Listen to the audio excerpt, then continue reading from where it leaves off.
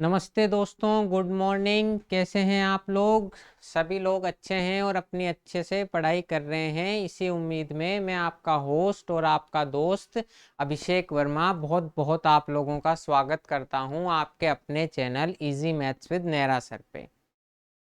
आज की क्लास में हम जो हमारे प्रीवियस ईयर्स क्वेश्चन कर रहे हैं,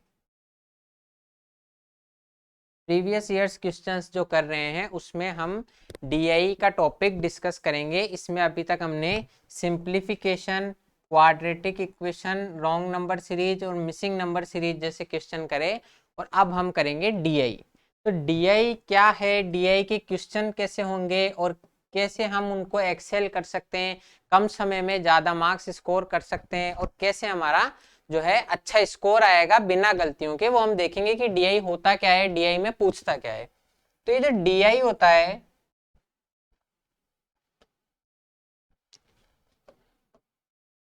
डीआई डीआई का मतलब होता है डेटा इंटरप्रिटेशन।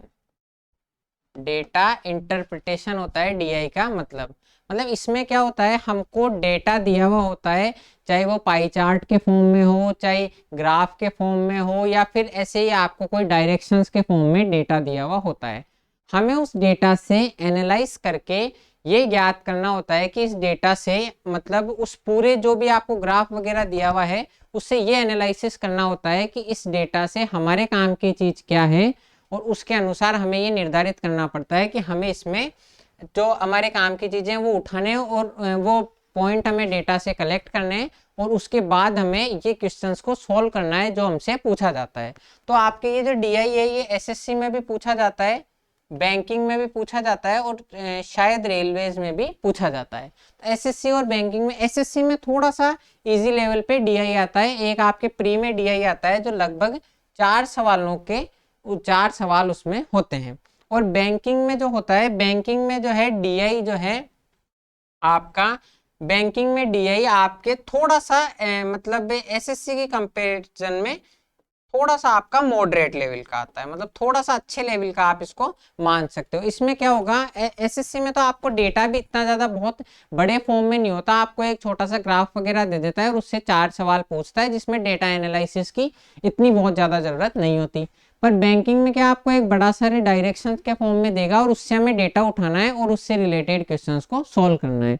तो कैसे डीआई में डेटा आता है, कैसे पाई चार्ट के फॉर्म में, और उसको किस तरह से हम समझ के एनालाइज करते हैं, यही पूरा डीआई का खेल है। तो हम देखते हैं ये कैसे करेंगे। तो आप फटाफट से कॉपी पेन उठा लीजिए और कुर्सी की पेटी बांध लीजिए, फिर हम आज से डीआई का आपका पोर्शन स्टार्ट कर रहे हैं। तो ये डीआई का जो पहला क्वेश्चन है हमारा वो आपके सामने है। इसमें डीआई जो है पाई चार्ट की फॉर्म में आपको दिया हुआ है, तो उसको कैसे हमें सॉल्व करना है, क्या उसमें से डेटा कलेक्ट करना है और उसको पहले समझना है कि इससे ये क्या पूछना चाह रहा है। देखो, direction, the pie chart shows the percentage distribution of bank accounts in city A and city B in 5 different banks। मतलब ये जो पाई चार्ट है वो दो शहर हैं, शहर A और शहर B, दो शहर A और B में ये पाई चार्ट में बैंक्स जो हैं A और B में, उनमें लोगों के अकाउंट्स का डिस्ट्रीब्यूशन है कि किस बैंक में लोगों के कितना अकाउंट्स हैं, कौन से सेविंग्स हैं, कौन से करंट हैं, ये बता रहा है। And the table shows the ratio of savings and current accounts in these 5 banks. और ये देखो, ये जो दोनों डेटा है ना, ये सिटी ए का है और ये सिटी बी का है। ये सिटी ए और बी का आपको पाई चार्ट से डिस्ट्रीब्यूशन बताता है कि लोगों के किस हिसाब से जो बैंक के अकाउंट्स हैं वो आपस में चेंज हुए हुए हैं, मतलब कितने परसेंट लोगों का एसबीआई में है, कितने परसेंट का कैनरा बैंक में है, कितने परसेंट का एचडीएफसी में है, और ऐसे। और ये जो पाई चार्ट है, ये सॉरी ये टेबल, ये आपकी टेबल ये बताती है कि कितने परसेंट का तो करंट अकाउंट है और कितने लोगों का सेविंग्स अकाउंट है। Total banks accounts in city A and B are 96,000,000, मतलब 9,60,000 अकाउंट्स हैं टोटल सिटी ए और सिटी बी में। Are in ratio and they are in ratio of 15:9, और वो 15:9 के अनुपात में, 15:9 के रेशो में आपके ए और बी में बटे हुए हैं। देखो, पाई ग्राफ 5 अलग अलग बैंकों में शहर ए और शहर बी में बैंक खातों के प्रतिशत विवरण को दर्शाता है। और तालिका, तालिका का मतलब ये टेबल, ये जो आपको दी हुई है ना टेबल, ये इन 5 बैंकों में बचत और चालू बैंक खातों के अनुपात को भी दर्शाती है। शहर ए और बी में कुल खाते 9,60,000 हैं और वे 15:9 के अनुपात में हैं। तो हम क्या करेंगे, देखो डीआई को करने का एक तरीका है कि आपको इसी डेटा पे क्वेश्चन पूछे जा रहे हैं, तो बजाय इसके कि आप हर बार जो है यहाँ पे इससे डेटा से, जैसे मान लो ये क्वेश्चन है हमारा कि शहर बी में एसबीआई और एक्सिस में एक साथ बचत खातों की संख्या और शहर ए में एचडीएफसी के खातों का कितना % है, तो बजाय इसके कि आप बार बार में हर बार डेटा निकाल लो, उसकी बजाय आपको एक अलग आपका एरिया लेना है। जैसे रफ शीट है तो उसमें एक अलग हिस्सा ले लो जिसमें हमें डेटा हम एक बार लिख देंगे। उससे क्या होगा कि एक बार डेटा लिखने से जहां भी हमें डेटा की जरूरत पड़ेगी तो बार बार हम इसको निकालेंगे नहीं। अब इसमें देखो बहुत सारा डेटा है, तो हम इसको पूरे डेटा को एक साथ पहले लिख के और फिर उसमें से क्वेश्चन करें, इसकी बजाय हम जैसे जैसे क्वेश्चन आएंगे उसमें डेटा लिख लेंगे और वो डेटा एक जगह साफ सुथरी जगह में लिखा हुआ होगा, तो हमें आसानी होगी कि हम दोबारा भी अगर उस डेटा की जरूरत पड़े तो वहां से देख लें। तो अब देखो जैसे पहला सवाल क्या कह रहा है, शहर बी में एसबीआई और एक्सिस में खातों की संख्या। तो हमें देखो सबसे पहले बी में एसबीआई और एक्सिस के खातों की संख्या चाहिए, तो हमें टोटल दिया हुआ है कि total bank account, total accounts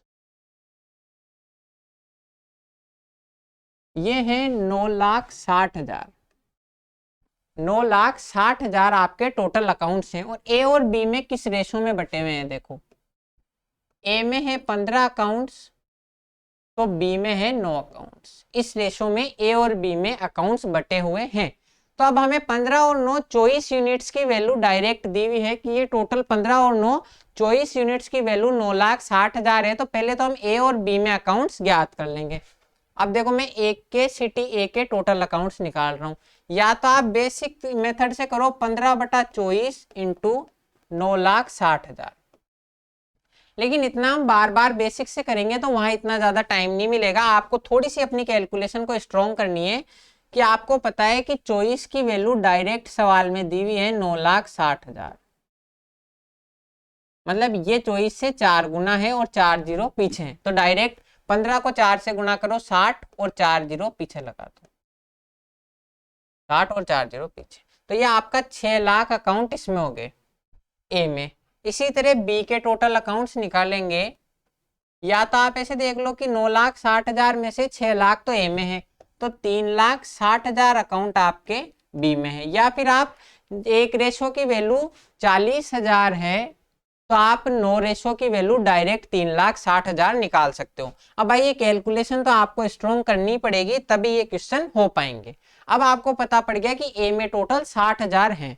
अब पूछ रहा क्या है, बी में एसबीआई और एक्सिस में बचत खातों की संख्या। अब ये हमारा बी का परसेंटेज डिस्ट्रीब्यूशन बता रहा है कि बी में किस परसेंटेज में आपके डेटा बटा है। तो ये आपको पूछ रहा है एसबीआई और एक्सिस। अब देखो बी में एसबीआई की संख्या, ये आपकी एसबीआई है इस कलर से, तो ये आपको डेटा नहीं दिख रहा होगा, मैं बता दूं ये 40% है। तो टोटल जो बी शहर में अकाउंट हैं उसके 40% आपके एसबीआई में है। और एसबीआई के टोटल अकाउंट्स में से 5 अकाउंट्स तो सेविंग के हैं और 3 अकाउंट करंट के हैं। मतलब अगर टोटल एसबीआई में अकाउंट्स की संख्या सिटी बी में 8 है तो उनमें से 5 तो सेविंग्स के हैं और 3 करंट के हैं। तो हमें क्या चाहिए कि शहर बी के, अब देखो आप पहले तो एसबीआई के टोटल निकालो और फिर उसके बाद में एसबीआई के क्या पूछ रहा है, सेविंग्स निकालो। तो उससे अच्छा है कि आप डायरेक्ट एसबीआई के सेविंग्स अकाउंट निकाल लो, क्योंकि हमें थोड़ा सा अपनी कैलकुलेशन को जल्दी करना होगा तभी हम इस क्वेश्चन को कर पाएंगे।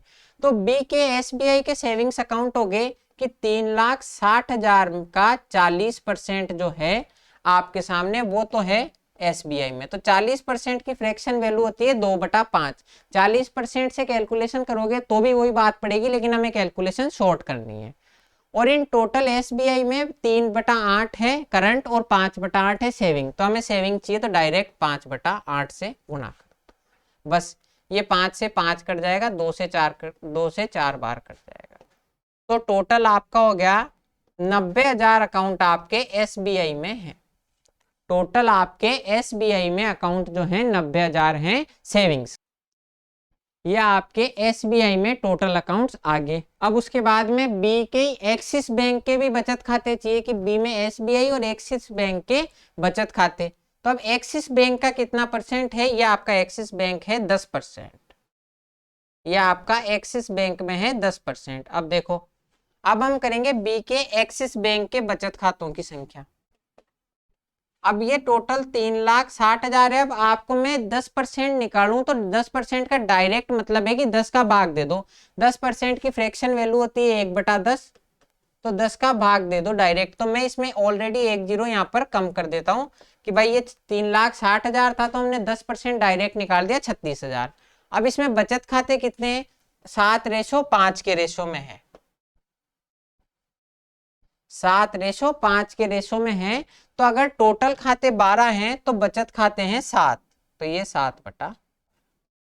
अब आप डायरेक्ट देख लो, 12 की वैल्यू 36,000 है, मतलब 3,000 गुना है तो 7 की वैल्यू हो जाएगी 21,000। ये आ गया आपके 21,000। तो शहर बी में एसबीआई प्लस एक्सिस के सेविंग्स अकाउंट, ए और बी में एसबीआई और एक्सिस के टोटल सेविंग्स अकाउंट हैं अपने 90,000 तो ये, और 21,000 ये, तो 1,11,000। ये आपको थोड़ी सी कैलकुलेशन जल्दी करनी पड़ेगी। हर चीज को आप ओल्ड स्कूल मेथड से करोगे कैलकुलेशन तो बहुत ज्यादा टाइम लग जाएगा। आपको क्या करना है, अच्छे से कैलकुलेट करना है, थोड़ा सा जल्दी कैलकुलेट करना है। फिर उसके बाद में अगला पूछ रहा है ए में एचडीएफसी बैंक में खातों की संख्या। आपको टोटल नंबर ऑफ, ये आपको खाते चाहिए एस ए में एचडीएफसी बैंक में कितने खाते हैं। तो अब आपको ये पूछ रहा है कि ए शहर में एचडीएफसी में बैंक खाते कितने हैं। अब यहाँ पे देख लो, हमने बी का निकाल दिया, अब ए का निकाल देते हैं। ए के एचडीएफसी में खातों की संख्या आपको चाहिए टोटल अकाउंट्स, तो ये हो गया आपके टोटल अकाउंट्स। अब देखो, ए में टोटल आपके कितने थे कि ए में टोटल अकाउंट थे 6 लाख। अब ए में एचडीएफसी का परसेंट देखो 30%। अब 6 लाख का 3% होगा 18,000, तो 3% हो जाएगा 1,80,000। 1,80,000 हो जाएगा इसका 3%। अब हमें चाहिए ए में एचडीएफसी के टोटल अकाउंट, ए में एचडीएफसी के टोटल अकाउंट। जैसा जैसा आपसे पूछा जाए वो डेटा निकाल दो। अब क्योंकि डेटा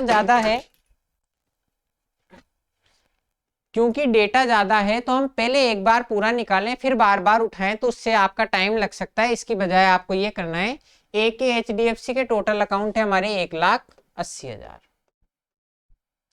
अब हमें करना है कि ये इसका कितना परसेंट है। ए में एचडीएफसी के टोटल अकाउंट्स, ए में एचडीएफसी के टोटल अकाउंट्स का कितना परसेंट है बी में एसबीआई और एक्सिस के सेविंग्स अकाउंट। अब हमें ए में टोटल अकाउंट पता है 1,80,000। 1,80,000 का कितना परसेंट है 1,11,000, ये आपसे पूछ रहा है। ये आपकी परसेंटेज है, मतलब ए के टोटल अकाउंट 1,80,000 का कितना परसेंट करें कि बी में एसबीआई और एक्सिस के सेविंग्स अकाउंट आ जाए। तो हमने बी में एसबीआई और एक्सिस के सेविंग्स अकाउंट निकाले और इसका परसेंटेज देखो। अब इसको आप कैसे कैलकुलेट करोगे, डायरेक्ट आपकी जितनी चीजें कट रही है वो तो काट दो, 3 जीरो से 3 जीरो, 0 से 0। अब आप इसमें ये 111 है, ये 3 से कटेगा 37 बार और ये कटेगा 6 बार। अब हमें 370/6 करना है। अब आप देखो 370 की जगह 360 होता तो हम तो डायरेक्ट 60 लिख देते। अब इससे 10 ज्यादा है, तो 10 ज्यादा है तो मतलब 1 पॉइंट समथिंग होगा। 1 पॉइंट, अगर 12 ज्यादा होता तो 62 कर देते, तो 62 से कुछ हल्का सा कम होगा। लेकिन हमें निकटतम पूर्णांक में पूछा है, कोई भी पॉइंटों में नहीं है, तो हम 62 कर देंगे। तो ये आपका लगभग 62% हो जाएगा।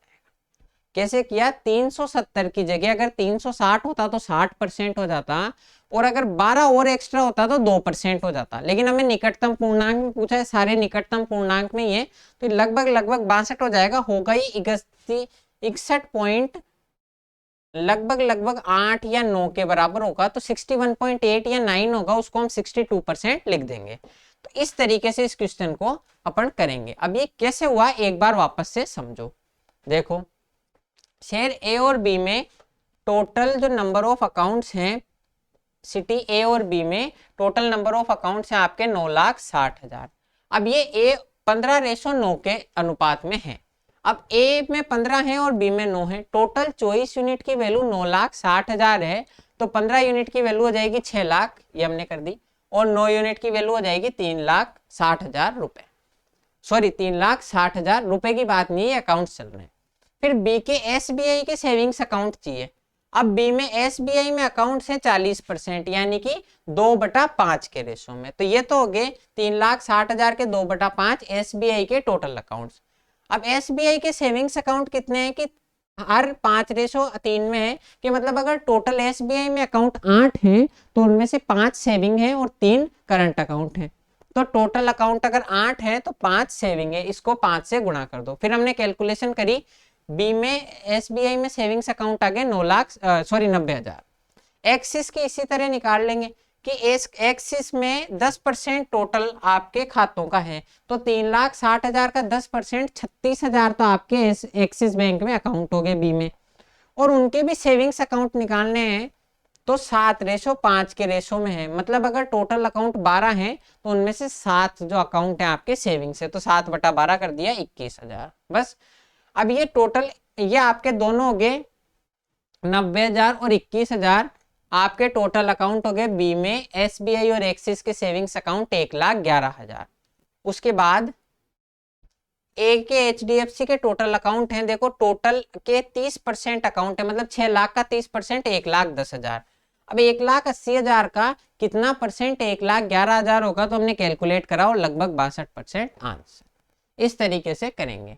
अब शहर ए में पीएनबी और केनरा बैंक में चालू की औसत संख्या, चालू यानी करंट अकाउंट। बैंक में अकाउंट दो तरह के होते हैं, सेविंग्स अकाउंट और करंट अकाउंट। तो ए में पीएनबी और केनरा बैंक में चालू की औसत संख्या बी में पीएनबी की बचत संख्या से कितनी अधिक या कम है।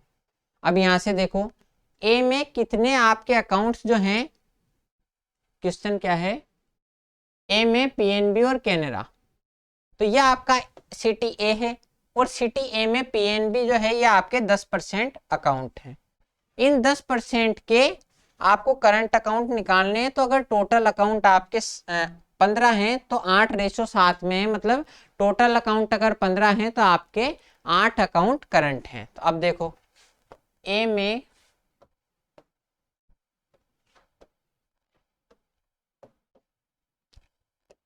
में पीएनबी में अकाउंट करंट, ए में पीएनबी में करंट अकाउंट, तो ये आपका करंट अकाउंट।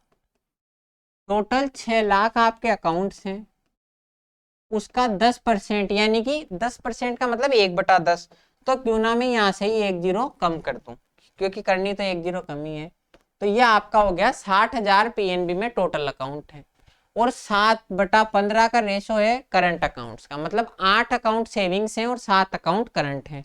टोटल अकाउंट अगर 15 है तो आपके पीएनबी में आपके हो गए ये 28,000, क्योंकि 15 की वैल्यू 60,000 है तो 7 की वैल्यू 28,000 हो जाएगी। ठीक है। अब उसके बाद में आगे क्या पूछ रहा है, केनरा बैंक में चालू। तो अब केनरा बैंक के हम एवरेज निकाल देंगे कि केनरा बैंक में कितने करंट अकाउंट हैं।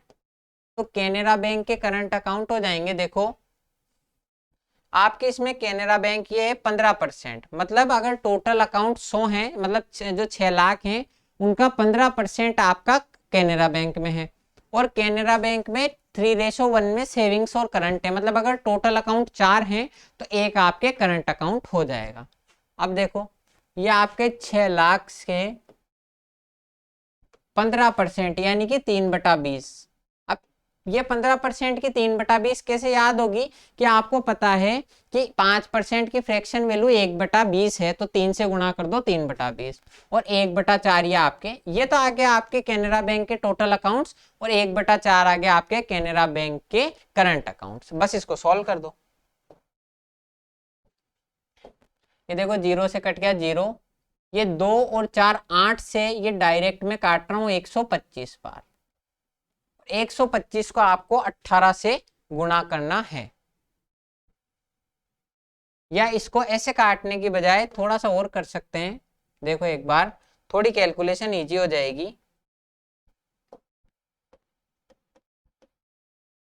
कि ये आपके शहर ए के कैनरा बैंक के अकाउंट्स हैं। तो कैनरा बैंक में आपके 15% अकाउंट है, तो हम 15% निकाल देंगे 3/20, और उसमें से 1/4 आपके करंट अकाउंट हैं। 0 से 0 कट गया, 2 से कट गया ये 3 बार। अब हमें 3 तिया 9 यानी कि 90,000 का चौथा भाग करना है, तो 90,000 का हो जाएगा 22,500। ऐसे थोड़ी सी ज्यादा होगी क्योंकि इजी कैलकुलेशन कैसे हुई कि 3 को 3 से गुणा करना है और इस 4 को डायरेक्ट काट दो 25 बार। तो 25 × 9 225 और 00 ऐसे लगा देंगे। तो आपको कैलकुलेशन अपने हिसाब से करनी है, अपनी सहूलियत से, कि कैसे आप उसको इजी कर सकते हो। तो ए और बी में इनका एवरेज चाहिए। अब मैं बार बार इतनी लैंग्वेज नहीं लिखूंगा कि ए में पीएनबी के करंट अकाउंट व ए में कैनरा बैंक के करंट अकाउंट का एवरेज, क्योंकि इतना अगर हम करेंगे तो वीडियो में एक डीआई भी पूरा नहीं हो पाएगा। तो इन दोनों का एवरेज हमें निकालना है। अब देखो एवरेज जो है, यहाँ देखो मैं या तो इसको 28,000 को 22,500 में जोड़ू, 50,500 आएगा, फिर उसमें भाग दूं 2 का। इससे अच्छा है देखो ये 22,500 है और ये 28,000 है। हमने एवरेज में समझा था कि अगर दोनों संख्याएं बराबर होती तो एवरेज हमारा 22,500 ही होता। अगर ये संख्या भी 22,500 होती तो एवरेज 22,500 ही होता, लेकिन ये कितनी ज्यादा है, तो ये 5,500। कैसे, अभी अंतर कैसे होगा कि 22,000 में 5,000 जोड़ा तो 27,000, और 500 और 500 1000, तो 5,500 भी दोनों जगह बढ़ जाएगा, तो ये हो जाएगा 2750, क्योंकि 5,000 हो जाएगा 2500 और 500 हो जाएगा 250। तो ये हो गया आपका 5 और 7 12, 25,250। तो ये इनका जो एवरेज है हमें इस तरह से कैलकुलेट करना है, 25,250। आप दूसरे से भी कर सकते हो, लेकिन आपको थोड़ी सी अपनी स्पीड बढ़ानी है, यहीं से देखना है कि यार ये इससे 5,500 ज्यादा है, उतनी कैलकुलेशन भी नहीं करनी है, वो सिर्फ समझाने के लिए है कि 5,500 ज्यादा है, जो आपस में बटेगा तो 2750 का फर्क पड़ेगा, और इसमें 2750 जोड़ो और आंसर करो। अब क्वेश्चन क्या है आगे, इनमें औसत संख्या बी में पीएनबी में बचत खातों की संख्या से कितनी अधिक या कम है। अब ये हमारे बी के आगे, अब बी में पीएनबी में कितने हैं 15%। बी में पीएनबी में टोटल के 15% है, और इसमें बचत खाते, आपके बचत खाते हैं 8:7 के अनुपात में। 8 खाते बचत खाते हैं, 7 खाते चालू खाते हैं, तो 15 में से 8 हैं, तो बस डायरेक्ट यहां से करो, बी में पीएनबी में सेविंग्स अकाउंट, बी में पीएनबी में सेविंग्स अकाउंट कितने हैं 3,60,000 के 15% यानी कि 3/20, और उसमें से 8/15। या आप थोड़ा सा ये समझ सकते हो कि आपको पहले 15% निकलवा रहा है और 15% का 8/15 निकलवा रहा है, ऐसे भी समझ सकते हो कि आपको पहले तो 15% निकलवा रहा है, और अगर टोटल 15 आ रहा है तो उसमें से 8 आपको काउंट करवा रहा है। तो आप दोनों ये स्टेप लिखने के बजाय खुद ही समझ सकते हो कि 15% का 8/15 हिस्सा निकाल रहा है, तो मैं डायरेक्ट क्यों ना यहाँ 8% ही निकाल दूं, कि टोटल पहले 15% निकलवाता है और फिर आपको बोलता है कि इसका 8वां हिस्सा चाहिए हमें, तो डायरेक्ट 8वां हिस्सा ही निकाल दो, बस 0 से 0 कट जाएगा, 00। 36 × 4 होता है 144, 36 × 4 144, 2 से और गुणा कर दो 228, 228। अब ये पूछ रहा है बी में पीएनबी की खातों की संख्या 228 और 00, और इनका एवरेज 25 25 0। इन दोनों का डिफरेंस पूछ रहा है कि ए में पीएनबी और कैनरा में चालू खातों की औसत संख्या, बी में आपके जो पीएनबी में सेविंग्स अकाउंट है उनसे कितना अंतर है, तो इनका डिफरेंस निकाल दो डायरेक्ट। डिफरेंस क्या होगा, ये हो जाएगा 550, नहीं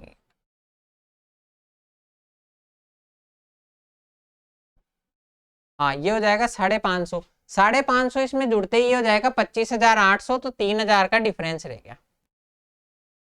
कैसे, मैंने क्या किया 25,250 में से 800 आपका घटा दिया, 22,000। तो ये 50, ये 12 में से, रुको रुको रुको, डेटा हमारा सही है।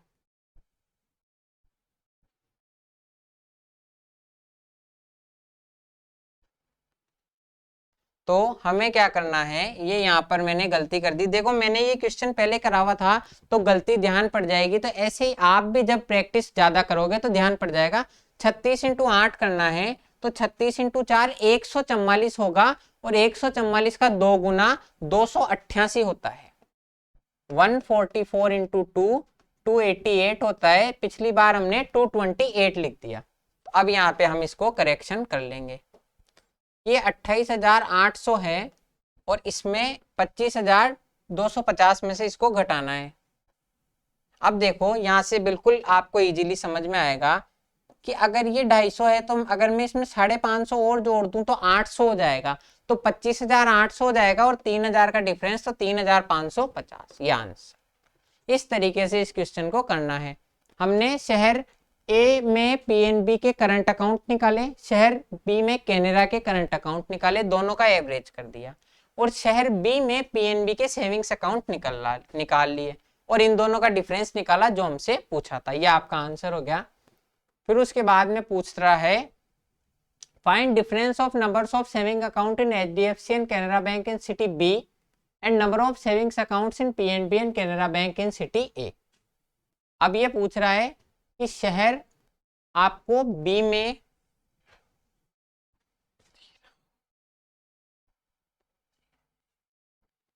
में एचडीएफसी और कैनरा बैंक में बचत खातों की संख्या। अब क्या हमने अभी तक बी में एचडीएफसी और कैनरा बैंक निकाले? नहीं निकाले, तो वापस निकालने पड़ेंगे। बी में आपको एचडीएफसी निकालने हैं पहले। बी में एचडीएफसी है आपके 5%। ये देखो बी में ये एचडीएफसी है आपके 5% टोटल खातों का, और उसमें भी सेविंग्स अकाउंट निकालने हैं। तो सेविंग्स अकाउंट कैसे निकलेंगे कि अगर आपके टोटल अकाउंट 2:7 के रेशो में है तो टोटल अकाउंट 9 है, तो उनमें से 2 अकाउंट आपके सेविंग्स अकाउंट हैं। अब ये हम निकाल देंगे कि बी में एचडीएफसी में सेविंग अकाउंट, एचडीएफसी में सेविंग अकाउंट, तो 3,60,000 आपके टोटल हैं। उसमें से कितना 5% यानी कि 1/20 और 2:, इसका 5% तो है बी में एचडीएफसी के टोटल अकाउंट्स, और सेविंग्स अकाउंट है 2:9 जो हमसे पूछा है कि बी में एचडीएफसी में बचत खातों की संख्या। अब ये निकाल देंगे, 2 से ये कट जाएगा, ये 10 से ये 0 और 9 से कट जाएगा 4 बार। तो ये आ जाएगा आपका 4,000 जो है आपके टोटल नंबर ऑफ अकाउंट्स हैं इन city be in HDFC bank which is savings accounts. Okay, फिर हम बी में ज्ञात करेंगे कैनरा बैंक में, बी में कैनरा बैंक के सेविंग्स अकाउंट। अब बी में टोटल अकाउंट तो है 3,60,000। अब इसमें देखते हैं कैनरा बैंक में कितने परसेंट अकाउंट है। कैनरा बैंक में है आपके, ये कैनरा बैंक 30%, ठीक है। और 30% में आगे किस रेशो में है कि 3 तो है सेविंग्स बैंक के अकाउंट और 1 है करंट का अकाउंट। तो बस अब कर दो 30,000 का पहले तो 30%, और उसमें 3 अकाउंट हैं टोटल, अगर 4 हो तो 3 अकाउंट तो सेविंग्स अकाउंट है और 1 अकाउंट करंट अकाउंट है। तो ये है टोटल बी में कैनरा बैंक के अकाउंट्स, और उसका 3:4 है सेविंग्स अकाउंट। अब बस इसको सॉल्व करना है। यहां से देखो 0 से 0 कट गया और ये 4 से कट गया 9 बार, तो 9 इंटू 9 81 और 3 0 ऐसे 3,000। तो बी में कैनरा और बैंक के सेविंग्स अकाउंट के टोटल, बी में कैनरा और बैंक के सेविंग्स अकाउंट के टोटल जो नंबर है वो आपका हो गया 81,000। के लिख रहा हूं, के का मतलब 1000 और 4,000, तो आपके टोटल है 85,000 अकाउंट बी में एचडीएफसी और कैनरा बैंक में सेविंग्स अकाउंट का। और ए में पीएनबी और कैनरा बैंक में, तो ए के हमने पीएनबी में करंट अकाउंट निकाले थे और पूछ रहा क्या है, सेविंग्स अकाउंट। अब हमें वापस ही निकालना पड़ेगा कि ए में पीएनबी में सेविंग्स अकाउंट कितने हैं। अब वापस पूरी कैलकुलेशन करने की बजाय हम देख सकते हैं कि ए में पीएनबी में करंट अकाउंट है 7/15, तो हमें 8/15 निकालने होंगे। 60,000 में से 28,000 तो है करंट अकाउंट, यहां से डायरेक्ट उठाएंगे तो सेविंग्स अकाउंट हो जाएंगे 32,000। अब ये कैसे आया, जब आप पुराने डेटा को संभाल के उसका एनालाइज करोगे। देखो ए में पीएनबी में अकाउंट है आपके 10%, मतलब 6 लाख का 10%, 60,000 टोटल अकाउंट्स हैं। 60,000 में से सेविंग्स अकाउंट तो है 8 और 7 इस रेशो में, मतलब सेविंग्स अकाउंट है 8 अगर टोटल अकाउंट 15 है तो, और 7 है करंट अकाउंट। अब हमने बी के, ये आपका कहाँ गया, ए में पीएनबी के करंट अकाउंट्स निकाल रखे थे, 7 यूनिट की वैल्यू 28,000 थी। तो हमें पीएनबी के सेविंग्स अकाउंट निकालने हैं, तो 8 यूनिट की वैल्यू डायरेक्ट 32,000 हो जाएगी। यहां से देखो ऐसे आप पिछली कैलकुलेशन का फायदा अभी के सवालों में ले सकते हो। फिर दूसरा देखो, पीएनबी में कैनेरा, अब ए सिटी में कैनेरा बैंक के सेविंग्स अकाउंट। अब क्या हमने ए सिटी में कैनेरा बैंक निकाल रखे हैं? हाँ, तो कैनेरा बैंक के करंट अकाउंट हैं आपके सामने 22,500, और ये आपका ए में कैनेरा बैंक है, ये 15%।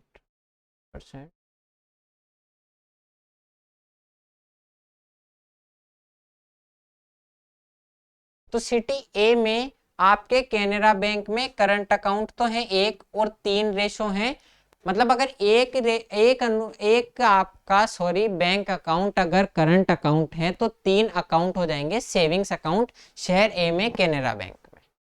तो बस आपको एक की वैल्यू दी हुई है सवाल में, कि आपको एक की वैल्यू यहां से दी हुई है सेविंग्स अकाउंट की 22,500 रुपए, तो 3 की वैल्यू निकाल दोगे, 22,500 को 3 से गुणा कर दो, तो 22 तिया 66 और 1500, तो 67,500 आपकी आ गई ए में करंट कैनेरा के सेविंग्स अकाउंट। इस तरह से हम पिछली कैलकुलेशन का फायदा ले सकते हैं। हमें पता था 1 यूनिट की वैल्यू 22,500 है, तो 3 यूनिट की वैल्यू 67,500 हो जाएगी। तो ए में अब जो पूछ रहा है, ए में इन दोनों का टोटल कर देंगे, तो आपका टोटल क्या हो जाएगा, 32,000 तो ये और 67,500, तो 99,500 हो जाएगा। अब ये कैसे होगी कैलकुलेशन, कि आप इसको डायरेक्ट 500, तो यहाँ पे ये आ गया 0 से जुड़ा तो 500, 7 और 2 9, 3 और 6 9। ये कब होगी, जब आप रेगुलर प्रैक्टिस करोगे तो आपकी कैलकुलेशन फास्ट हो जाएगी। 99,500 आगे, इन दोनों का हमें डिफरेंस चाहिए, तो जो भी आपसे पूछ रहा है इन दोनों का डिफरेंस निकाल दो। इन दोनों का डिफरेंस है 99,500 में से 85,000 जाएंगे तो 14,500, ये आपका आंसर।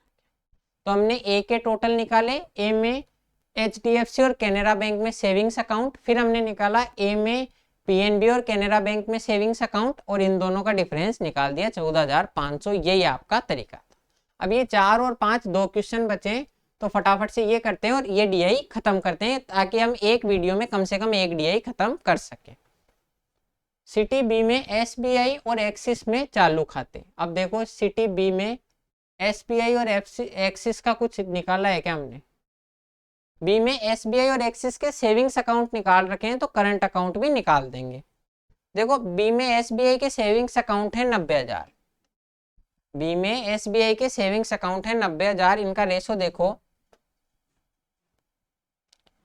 बी में सेविंग्स अकाउंट अगर एसबीआई के 5 हैं तो करंट अकाउंट है 3, तो हमें 5 की वैल्यू दी हुई है 90,000, तो 3 की वैल्यू निकाल देंगे डायरेक्ट।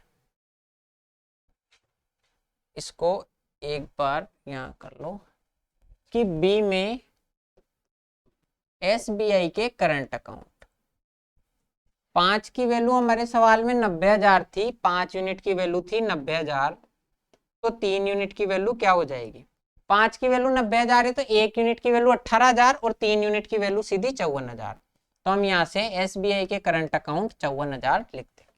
बिना कैलकुलेशन करे अगर आपने पिछली कैलकुलेशन का फायदा उठाया है तो आपको फायदा यहाँ मिलेगा। अब बी में एक्सिस बैंक में चालू खाते, अब कहाँ गया बी के एक्सिस बैंक, हाँ बी में एक्सिस बैंक के सेविंग्स अकाउंट है 21,000, 7/12 का रेशो है, मतलब 7 आपके तो हैं सेविंग्स अकाउंट और 5 हैं आपके करंट अकाउंट, तो बस 7 की वैल्यू दी हुई है, 5 की वैल्यू निकाल दो। कि बी में एक्सिस के करंट अकाउंट, एक्सिस के करंट अकाउंट। अब 7 की वैल्यू 21,000 है, मतलब हर एक चीज 3,000 गुना है, तो 5 की वैल्यू हो जाएगी 15,000। कि इसकी वैल्यू आपके सामने 7 यूनिट की वैल्यू 21,000 है, तो 5 यूनिट की वैल्यू 15,000। तो इस तरीके से हमने बी में एसबीआई के करंट अकाउंट और एक्सिस के करंट अकाउंट निकाल लिए विदाउट एनी कैलकुलेशन, बहुत मिनिमल कैलकुलेशन में। तो हमें बी में एसबीआई और एक्सिस के चालू खातों की संख्या का अंतर निकालना है। तो इसमें टोटल निकालो पहले इन दोनों का। इनका टोटल क्या होगा, बी का, ये बी के जो भी पूछा है एक्सिस और एसबीआई में करंट अकाउंट्स का टोटल, तो ये हो जाएगा आपका 54,000 और 15,000 हो जाएगा 69,000।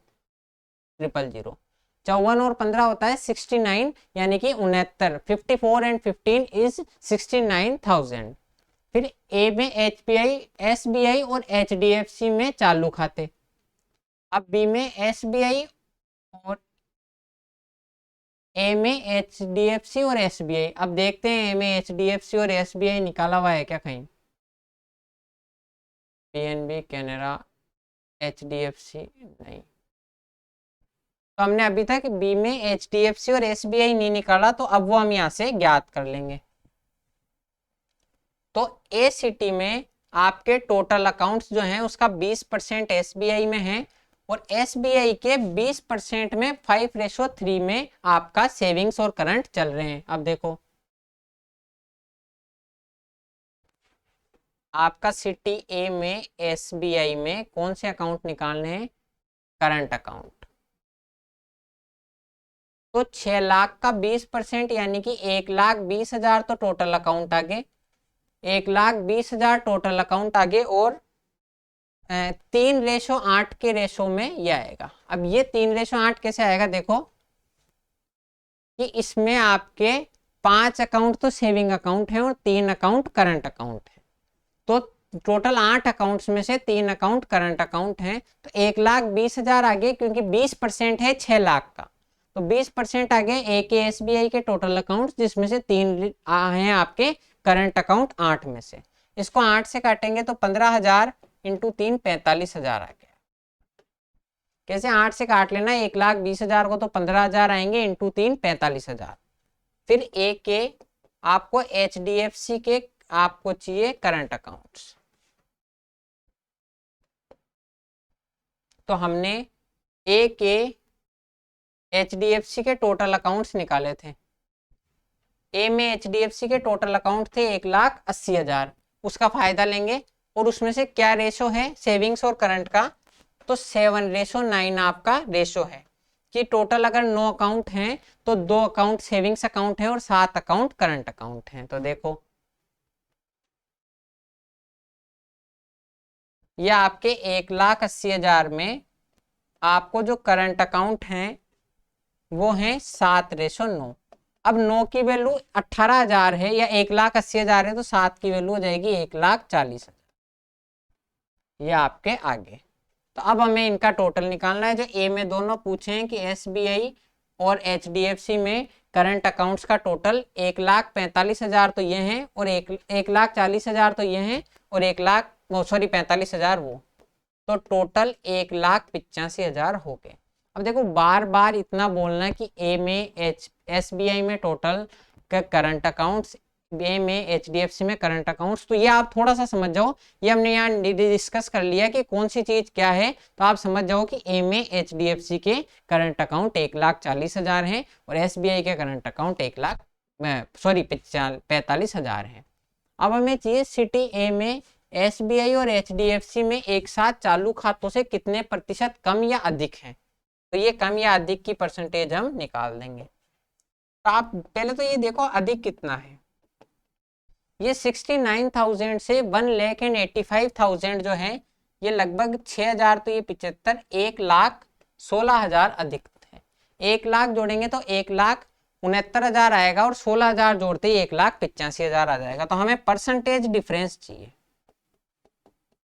तो 1,16,000, अब ये 3 जीरो आएंगे यहाँ, और 1,85,000 से कि 1,85,000 से कितना अधिक या कम है, तो कितना कम है 1,16,000, तो हमें इसका चाहिए परसेंटेज।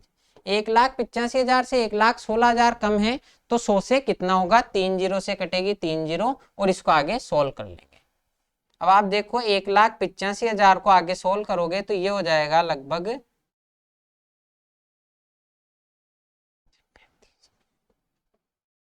5 से कटेगा 20 बार, तो ये लगभग लगभग जो है आपको 37 को इससे काटोगे, अगर इसकी जगह 111 होता तो लगभग 3 बार कट जाता। ठीक है, तो 1,16,000 इंटू 20/37 हमें करना है, तो थोड़ा सा आइडिया लगाओ। आइडिया कैसे लगेगा कि अगर ये आपका 37 का 3 गुना करो, 37 का 3 गुना करो तो 111 आएगा, मतलब यहाँ 111 होता तो ये 3 इंटू 20 60% के आसपास हो जाता, लेकिन अब ये 3 से आपके कितना ज्यादा आएगा, लगभग लगभग 0.20%, तो 111 मतलब आपके 3.20 आएगा, 3.20% आएगा। 3.20% इंटू 20 तो लगभग आपके 65% या 64 या 65% के आसपास आएगा। लगभग लगभग ये जो होगा आपका लगभग लगभग 64% या 65% के आसपास आएगा, या थोड़ा सा ज्यादा भी हो सकता है। एक बार इसकी कैलकुलेशन कर लेना आप घर पे, 64% या 65% के आसपास आएगा तो ये 65% हो जाएगा, या डिफरेंस थोड़ा ज्यादा हो तो नन ऑफ दिस हो जाएगा। अभी देखो थोड़ी सी इसमें कैलकुलेशन करने में टाइम लगेगा, और वीडियो हम ऑलरेडी बहुत ज्यादा बढ़ा चुके हैं। ये आप कैलकुलेशन होमवर्क मान के घर पे कर लेना कि 116 इंटू 20/37 कितना होता है। फिर आप ये देख लेना, अगर 65% के आसपास हो लगभग लगता है तो 65% कर देना, और अगर मार्जिनल डिफरेंस ज्यादा हो तो नन ऑफ दिस कर सकते हो। फिर ये लास्ट, क्योंकि हमें इस वीडियो में ये सारे क्वेश्चन करने हैं, ऑलरेडी हम बहुत ज्यादा लेट हो चुके हैं, लेकिन ये हम क्वेश्चन करके फिर जाएंगे। ए में SBI, HDFC और एक्सिस बैंक के सेविंग अकाउंट। अब देखो ए में SBI के करंट अकाउंट हैं, ए में SBI के सेविंग अकाउंट हैं क्या, लेकिन हम यहां से निकाल देंगे कि ए में आपके SBI के करंट अकाउंट हैं 3 की वैल्यू है आपके सामने 45,000, तो 5 की वैल्यू कितनी हो जाएगी, एक के SBI के करंट, SBI के सेविंग्स अकाउंट चाहिए, करंट आपको निकाले हुए हैं, तो 3 यूनिट की वैल्यू है 45,000, तो 5 यूनिट की वैल्यू हो जाएगी 75,000। कैसे, यहां से देखो हमने यहां से ए के SBI के करंट अकाउंट निकाले 45,000। अब आप डेटा देखो, ए में SBI में करंट अकाउंट है 3 और टोटल SBI में सेविंग्स अकाउंट है 5। 3 की वैल्यू 45,000 है तो 5 की वैल्यू हो जाएगी 75,000। फिर देखो HDFC के सेविंग्स अकाउंट, तो ए के HDFC में सेविंग्स अकाउंट हमें चाहिए, तो ए के HDFC में करंट अकाउंट है आपके सामने 7:9 में, मतलब 7 तो हैं आपके करंट अकाउंट और 2 हैं सेविंग्स अकाउंट। 7 की वैल्यू है 1,40,000, तो 2 की वैल्यू हो जाएगी आपके सामने 20,000। अब यहां से देखो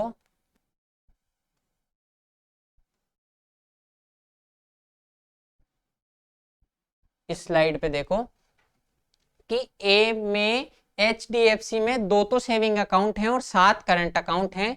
7 करंट अकाउंट की वैल्यू 1,40,000 थी, तो 2 सेविंग अकाउंट की वैल्यू आपके सामने 20,000 हो जाएगी। अब देखते हैं अगला एक्सिस बैंक के सेविंग अकाउंट। अब ए का एक्सिस बैंक हमने निकाला हुआ है क्या कहीं, ए के एक्सिस बैंक का अभी तक हमने कोई डेटा नहीं निकाला है, तो हम शुरू से देख लेंगे। ये देखो ए में एक्सिस बैंक में है 25% खाते, तो 6 लाख का 25% यानी कि 1.5 लाख खाते अकेले एक्सिस बैंक में है, और सेविंग्स और करंट का रेशो है 7 अकाउंट हैं आपके सेविंग्स के और 5 अकाउंट हैं करंट के। अब यहां से देखेंगे कि ए के एक्सिस बैंक में सेविंग्स अकाउंट हमें चाहिए, टोटल 1,50,000 अकाउंट्स में से 7 अकाउंट हैं आपके सेविंग्स के और टोटल हैं 12। 7 अकाउंट हैं सेविंग के और 5 अकाउंट हैं करंट के, तो ये 7:12 में बढ़ जाएगा। अब इसको आगे सोल्व कर लेंगे, इसको 12 से काटेंगे, 3 से कटेगा 5 और 4 से कटेगा 25, तो 25 पंजे 125 और 125 इंटू 7, तो ये हो जाएगा 87500, 87,500। अब ये कैसे होगा कि मैं आपको 5 इंटू 25 इंटू 7 करूँ तो वो थोड़ा सा टाइम लग जाएगा। इस वीडियो में थोड़ा सा आप मैनेज कर लो कैलकुलेशन को, आगे हम थोड़ा और इम्प्रूव कर लेंगे।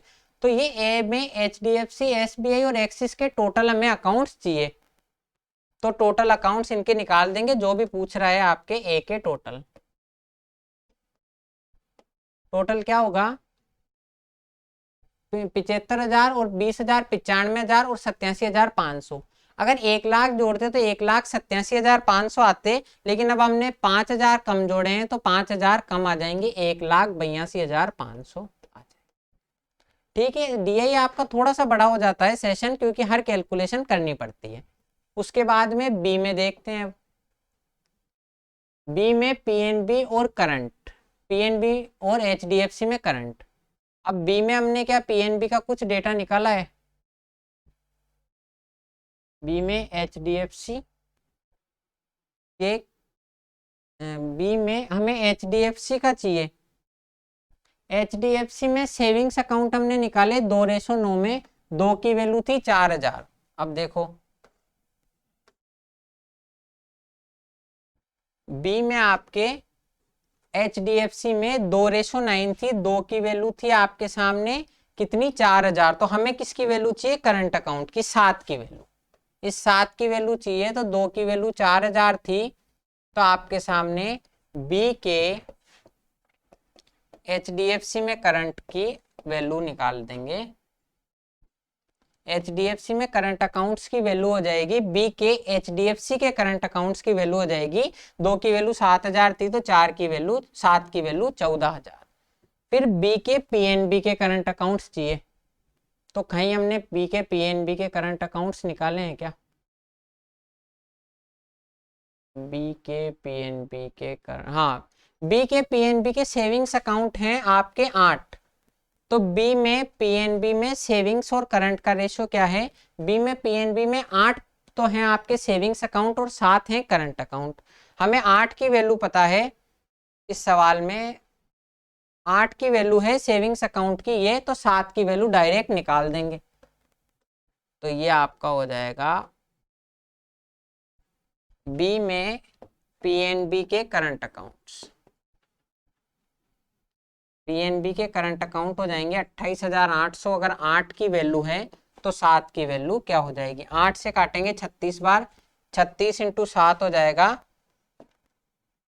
2,25,200। तो बी में PNB में करंट अकाउंट्स की संख्या होगी आपके सामने 25,200, और फिर चाहिए कैनरा बैंक में करंट अकाउंट्स। तो बी में कैनरा बैंक में करंट अकाउंट्स हैं, कैनरा बैंक में सेविंग्स अकाउंट है ये 3, इस 3 की वैल्यू 81,000 है, कहाँ गया टोटल। तो बी में कैनरा बैंक में सेविंग्स अकाउंट 3 की वैल्यू है 81,000, तो 1 की वैल्यू हो जाएगी 27,000, क्योंकि ये 3:1 के रेशो में है। तो कैनरा बैंक के करंट अकाउंट्स हो जाएंगे आपके सामने 27,000। तो 14,000 और 25,200 और 27,000 इनका टोटल चाहिए बी के हमें।